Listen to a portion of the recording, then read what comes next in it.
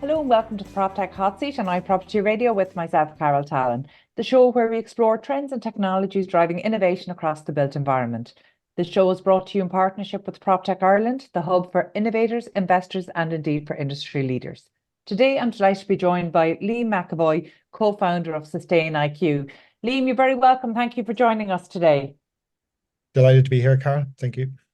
So Liam, for anybody who's not familiar, explain what is SustainIQ and what is the offering?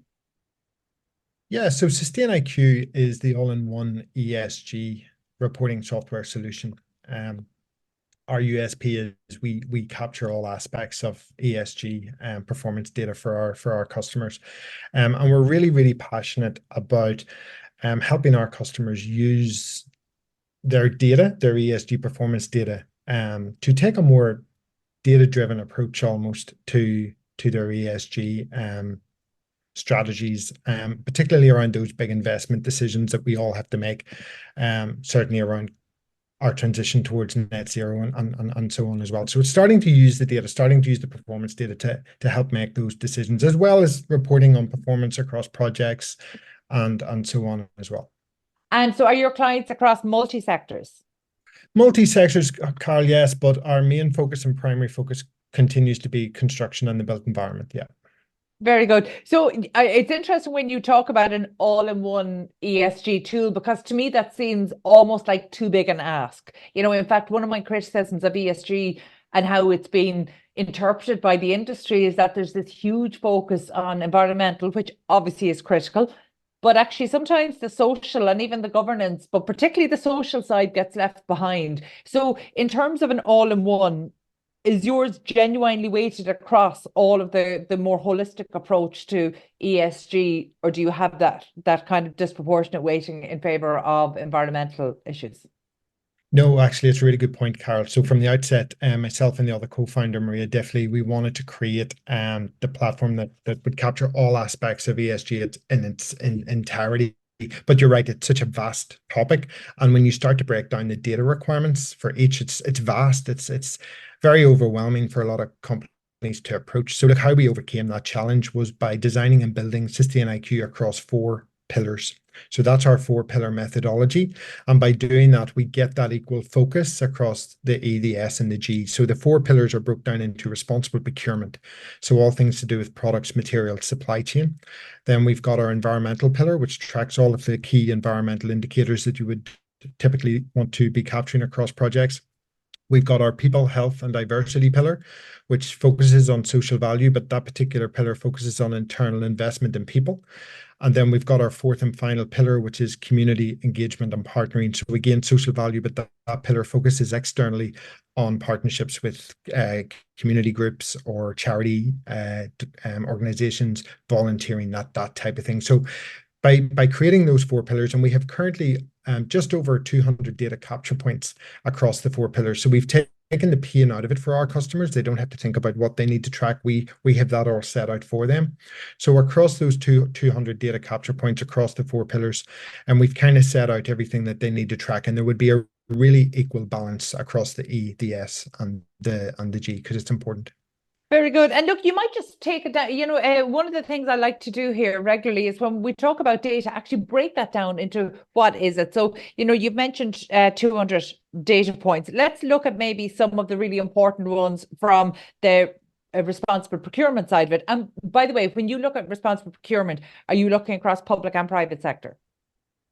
Yeah, I mean, the main focus for us under the procurement, the responsible procurement pillar, there's a huge governance element there. So SustainIQ would have lots of like automated forms, for example, that would go out to the value chain, and we'd be looking across everything from maybe modern slavery, bribery, information security, your typical due diligence that you should be doing across your supply chain, really, and that's an automated process. But because we kind of created that portal within the procurement pillar, we're also now able to reach out externally to get like scope 3 emissions, again, through an automated process back into SustainIQ. A big thing under the procurement pillar for us, and again, it's a department that I think was relatively sheltered for the last 10 odd years with regards our sustainability kind of progress, but since ESG has kind of come along, the procurement departments in particular have been impacted massively. So within that pillar, we've got our embodied carbon calculator, and that calculates the embodied carbon of products and materials being bought in by the business. And again,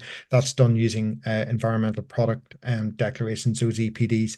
But another big part of the procurement pillar is tracking the impact that we can have through procurement. So we've got a socioeconomic impact calculator. So the system using mapping will also know where the supply chain is located, where the various projects or built assets are, and the system will tell our customers how many, say, suppliers or even subcontractors are located within a certain radius of that project. And again, that's really tracking the impact that our customers can have through their supply chain, through procurement, local opportunities for local businesses, local jobs, local people, all of that type of thing.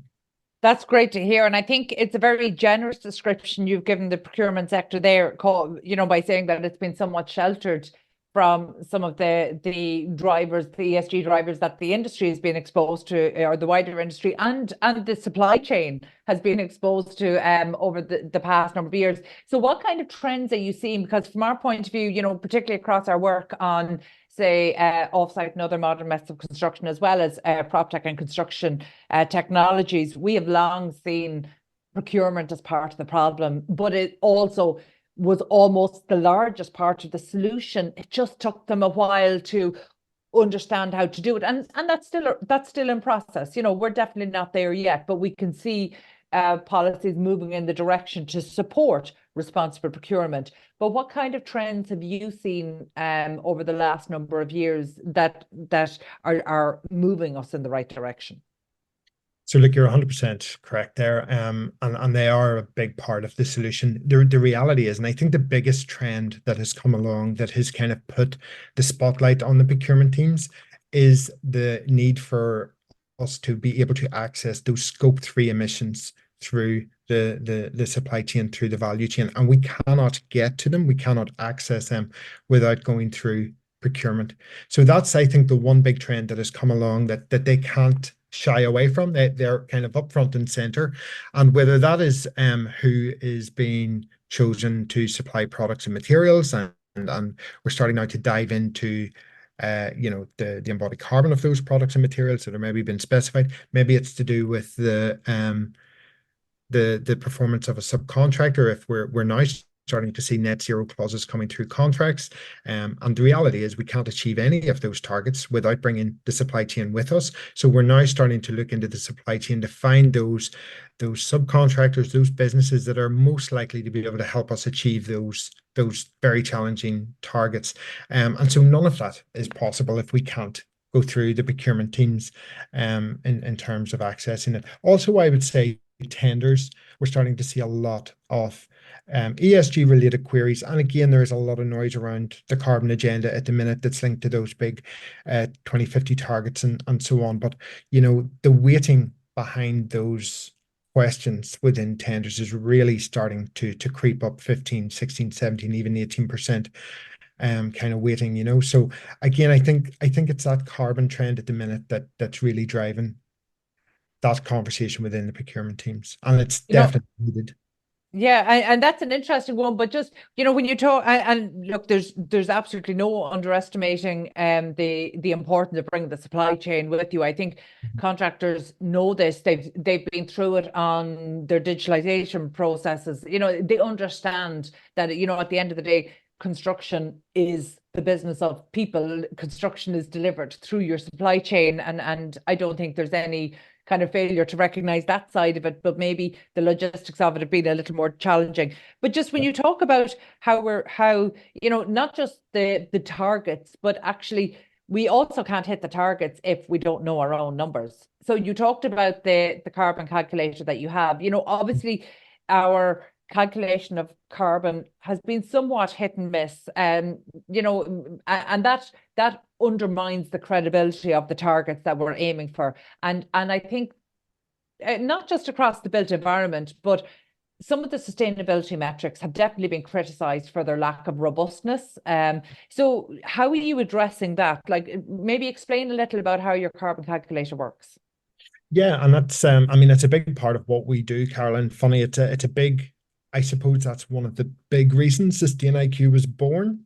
And it was because of that, the pain point of not being able to access accurate, reliable ESG data, in particular carbon data, across projects. So we had all of the strategies, we had all of the roadmaps, we had all of the glossy reports, all of that. But actually being able to back all of that up with performance data was just becoming really, really difficult. And it was clear that a digital solution was needed to help companies easily do that. And SustainIQ was definitely born out of that need.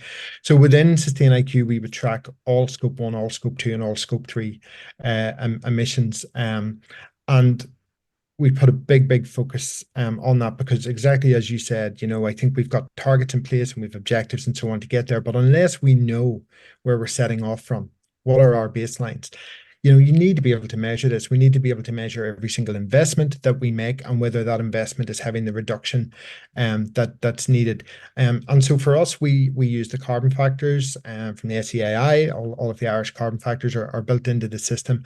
And so as our customers easily track their performance, scope 1, scope 2 emissions, maybe on site, scope 3 coming in maybe from across the supply chain, our calculator operates in the background. It applies the applicable carbon factors for that particular source, that emission source, whatever it might be, to give them an accurate reading within the system. And again, SustainIQ is multi-user, multi-site, multi-jurisdiction. So we operate across quite a few jurisdictions, quite a few member states, and so the system automatically applies the applicable carbon factors for that country, so that we get the output required for that particular calculation.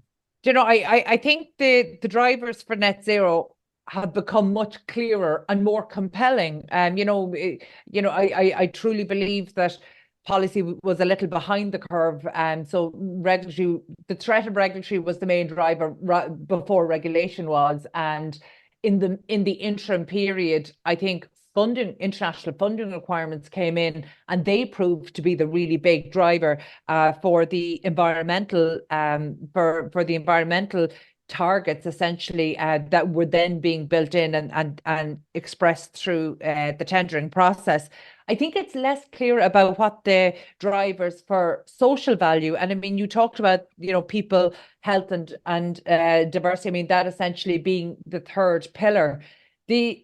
What are the driving factors for that? And look, obviously, because you work across multi-jurisdictions, feel free to talk to me about the Irish, Northern Irish, English, Scottish, Wales market or beyond, because I think it's really interesting to learn, because the Republic of Ireland is definitely behind the UK in terms of social value and how that's been driven. So I'd be interested to learn how it's working in other jurisdictions and maybe what is likely to happen in Ireland and what needs to happen. Yeah, it's a really interesting point. And certainly in terms of those trends that we see across the different jurisdictions, there's different areas of focus. And I think the UK is very focused on social value. I think Ireland and a lot of the member states are very focused on the environmental, very focused on the carbon. I think within the EU, the big driver for all ESG data, Carol, would be the CSRD legislation, Corporate Sustainability Reporting Directive, that kicked off there this year, really, this January. The vast majority of our customers will be coming online around 2026. So they will be reporting to the European Commission. It won't be just on the environmental, it will be on all ESG performance data, including social value. I think when we look at the construction and the built environment, social value is the one pillar that we have. Like, obviously, we have a big impact across all three, but my goodness, does the sector have such an impact socially, through the creation of jobs, apprenticeship and placement opportunities, the maximizing the impact that we can have in those local communities. And then again, as I said, the ripple impact through procurement. And yes, I think the big focus in Ireland is certainly the E, and I think the S is definitely coming. When we look at maybe the UK model, again, even within the UK, there's a lot of different sort of approaches to social value. In England, there's a big focus on the monetary value, almost, where they calculate the impact of social value, and maybe where there's opportunities for people that maybe struggle to find work, and all of a sudden through a contract, it's built in that you must provide a certain number of placement opportunities linked to that particular project. And so people are obviously then finding these opportunities, hopefully a new career, and that becomes a long-term impact socially. But there's a big focus there maybe on the the monetary value. We see up in Scotland, the big focus there is on impact. It's the actual impact that, in particular, construction contractors can have on the ground throughout the project as well. So each region has its own little quirks in terms of where their interest within social value lies and how they kind of calculate that impact. There wouldn't really be an agreed method, I suppose, right across the whole of the UK, but I think that's good then for the likes of Ireland, that is maybe looking on to see, okay, so what works best for us, what's been trialed, what's been tested. And so I think that whenever social value then does open up, and it will, we expect to see that coming online quite soon. It means that, again, we're able to move very, very quickly. The construction sector, I think, typically does move quite quick in this space. And so I think whenever social value does come online, things will happen quite quickly. I've spoken to so many founders across the Proptech and construction technologies, and sometimes it's interesting when people talk about what moves quickly, because there's definitely the perception that this industry doesn't move as quick as it ought to. And in fact, this brings us back to drivers and what we see, again, the drivers that really, I suppose, narrow the gap between the leaders who are doing this anyway, and they tend to have more of a focus on impact, as opposed to those who are just doing it in order to tick the box of compliance. One of the drivers to kind of narrow that gap is obviously the requirements through tendering. And when you start, I think in the Republic of Ireland, when we start to see social value actually being given a weighting in tenders, then that will absolutely change the conversation. But then you're still back to the challenge of how do you measure social impact? So I know you talked about kind of the different focuses that the different regions across the UK might have, but it's a reality for contractors looking and taking on, whether it's large infrastructure projects or any projects across the built environment. We need for social value to be seen as more than nice to have, that actually, and I don't think it's that new at all. I don't think it's that modern. I think if we go back to the early days of property development and delivering places, social value was built into it, because there were local developers delivering local places that they may or may not live in themselves, but they were essentially creating places that had to sustain life. So actually, I think social value was always part of it. So now, because it's under a separate kind of reporting criteria, it has confused the industry into almost not recognizing what elements of their day job is already complying with this. So in terms of kind of the 200 data points, can you maybe help articulate some that would be specifically geared towards social value? I mean, you touched on local employment and how that can be done, but maybe perhaps kind of explore a few more with the focus on people and diversity, because quite frankly, this is still not a diverse industry, despite so many different initiatives and efforts. Yeah, no, absolutely. Look, I think, I reference, things moving quickly. Definitely, like the sector wouldn't be known for it at all. But, certainly within the ESG space, I think it's more of a global thing where things are moving very, very quickly. And honestly, in my 20 years of working in construction and sustainability, I've never known anything to move as quickly as the carbon agenda. So I expect when social value comes online, we'll see a similar sort of trend. I think, look, you've touched on it there, Carol. I think social value has always been part of the sector. I think we've always been very, very good, and you see a lot of particularly contractors there, trying to have a positive impact in those communities that they operate in. I think it's now starting to kind of evolve from just that, and it's really sort of looking in on a project. So say there's a big scheme in Dublin or Galway or somewhere, and you're looking at the value of that contract. Is how do we increase the value of that contract within that local area? And it's not always a monetary thing. It's the social impact of that, and it's how we measure that. So when you look at like a big project and you look at the tender behind that and the contractor coming in, yes, there's the social impact that we can have through procurement, through supply chain opportunities. But then, as I mentioned there as well, there's those career opportunities, particularly apprenticeships and placements, both directly through a main contractor, but indirectly through the supply chain as well. And it's important to track those, what level of apprenticeship or placements they are, the number of weeks of opportunities that they get, and the impact that that would have sort of on an ongoing basis. But then even, within the business itself, we're looking at construction and diversifying the workforce and so on as well. It's tracking that, the diversity, the breakdown of the workforce, inclusivity. I think it's looking at those investments in safety, which has always been there for a long time, but also in well-being. And then those investments in the people, the project personnel, and so on, tracking all of those investments, as well as training and development.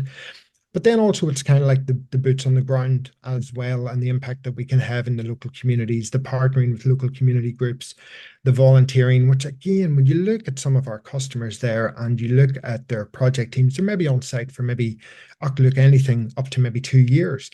And they're taking part in local volunteering initiatives, they're raising money for local charities, and they're really kind of, I think, embedding themselves in the local community, So, and I think it's important that we track all of that, be it monetary, be it product donation, through volunteering hours and weeks and all those different things. I think when you add that all up for one project, it's eye-watering, the actual social impact that companies can have. And that's just one project. You multiply that up right across the country. It's astounding the impact that actually the sector is having. And it's not all good, that's not what I'm saying, but we're having a lot of positive impact. And I think, again, having the data behind to support that, it allows us to take a more strategic approach so that we can look at those schemes in the future, and we can look at where they are, the location, maybe the value, all of those different things will help us take a little bit more of a strategic approach so that we can fully maximize the impact that we can have socially.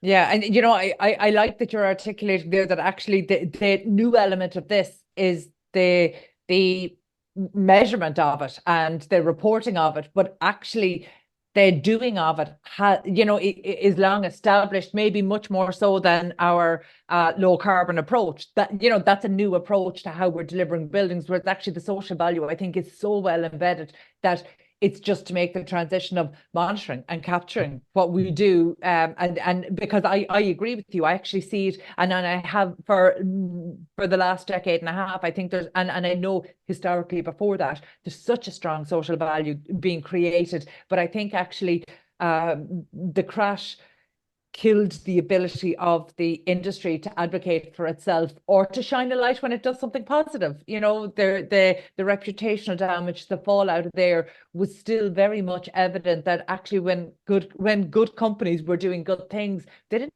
talk about it Sure. within their local community. And I think maybe that's why that's the bit they're adjusting to now.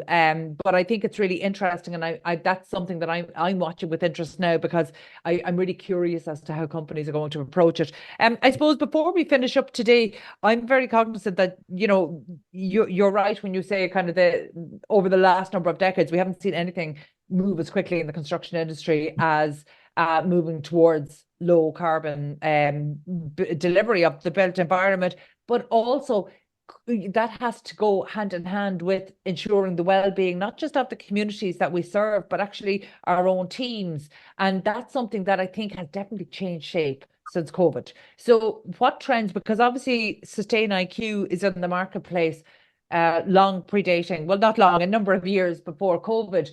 What trends are you seeing now maybe that are different from when you and Maria sat down and really envisaged what SustainIQ would be? Because that was what, 2017, 2018. The marketplace has moved on much more and much faster than you might have predicted in 2017 or 2018. Oh, absolutely. I think things are moving at a rapid pace. Look, an actual real life example of that would be the embodied carbon calculator for products and materials. We launched that last May, and that was us future-proofing SustainIQ, thinking, get the functionality in place so that when customers are ready for it, it's there. I mean, when we launched that last May, our customers were using it immediately. They were ready for it. That's how quickly things are progressing. Yeah, no, look, absolutely. I think for us, the starting point, Carol, back in 2017, 2018, we could sort of see the direction of travel, and we knew that customers needed access to this data for reporting purposes, regulatory requirements such as CSRD, and they needed it for the likes of the tenders, and so on. But I think so we knew it was needed for for lots of different reasons by lots of different teams within the business. So it was about bringing it all into one central dashboard so that it wasn't siloed. Because again, a lot of ESG data already exists within businesses, right? So it's in, different forms and different formats depending on the roles and responsibilities within the business. But the problem is it's often siloed. It's on spreadsheets, it's on desktops, it's in different software that's not integrated with the business. And so that's a challenge. And often in a lot of cases is not actually tracked at all. So we were all about trying to bring it all from all those different places, those different silos, into one central location for reporting. I think the biggest trend or the biggest impact that I've seen, and I probably didn't expect to see this so quickly, was the number of roles and responsibilities within the business that has been impacted already. Certainly we've spoke about procurement, but even the finance teams, I've never spoke to so many CFOs or finance directors in my life as I've done in the last 12 or 18 months. Like, they're absolutely obsessed, particularly with the emissions agenda. And I think it's because carbon's been monetized and there's a value there, obviously. But it's the number of departments across an organization of all shapes and all sizes that have been impacted. I think as well, a second point to make, which again I knew was probably going to come at some point in the future. I just didn't think it would impact so quickly. Even those companies within the value chain that maybe necessarily don't meet the requirements for legal reporting, legislative reporting, they're still impacted by this already, because commercially, if you want to remain part of that value chain, that supply chain, you still want to work for maybe that principal contractor, or maybe you want to work for that client. You now need to be reporting on your ESG performance, so you might not have to report legally, but commercially, you still need to have access to accurate, reliable ESG data. And I think it's the speed at which that's come in. But then with that, and Carl, you sort of touched on this there as well, I think that's actually one of the biggest challenges going forward. It's the supply chain. And I think, they're critical. We cannot achieve any of this without them. And so I think we need to refocus slightly. There's definitely still a big need for education. Certainly carbon literacy day to day. I hear myself doing it all the time. We nearly speak this new language around carbon. And I think we need to now really upskill and educate the supply chain so that we can bring them along on this journey with us, because honestly, without them, it's kind of pointless. And I think that the challenge has been the speed at which it's moving, the amount of people that are now impacted by it, and the concern for me would be leaving supply chain behind, and we can't do that. We shouldn't be allowed to do that. So we need to make sure that we're bringing everyone along on the journey with us, Yeah, well, I mean, in terms of leaving the supply chain behind, that can't be done for any period of time, because actually then delivery would cease. So I'm confident that can't happen. So either it either happens by design or by default, but we have to bring the supply chain with us, or delivery doesn't happen. And I'm very conscious of your time.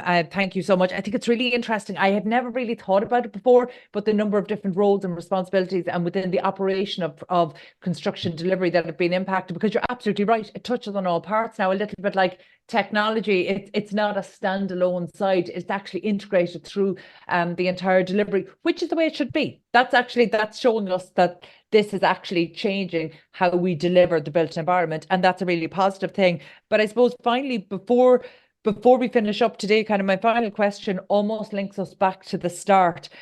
You just touched on there that actually, very few contractors, very few operators in construction now are starting from zero here. They already have data, they already have some mechanisms. So we know that some of the data already exists. So maybe for your final question, I'll bring you full circle to what you opened with.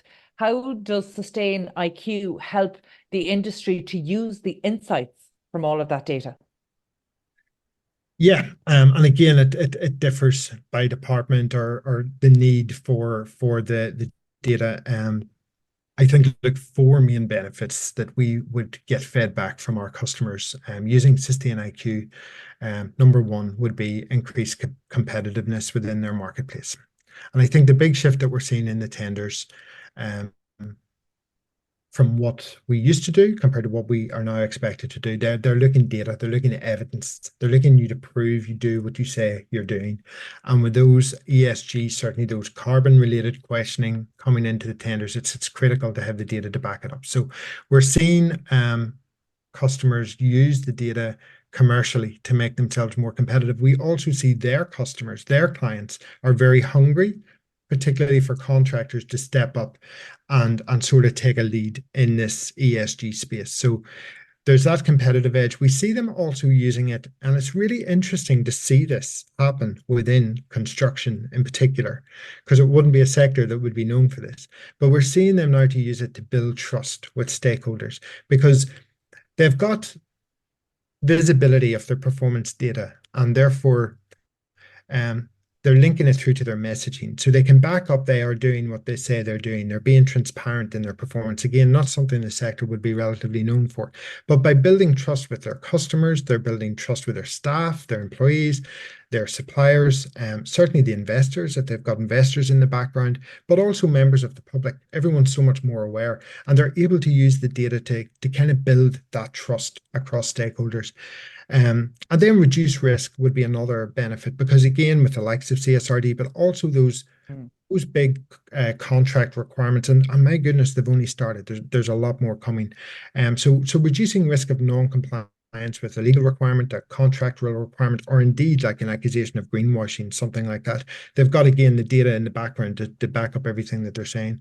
And then I think the big thing for us, because SustainIQ at the end of the day is a digital solution, and we're making it easy to capture this vast amount of data from across an organization, across a very complex project with lots of different moving parts and so on.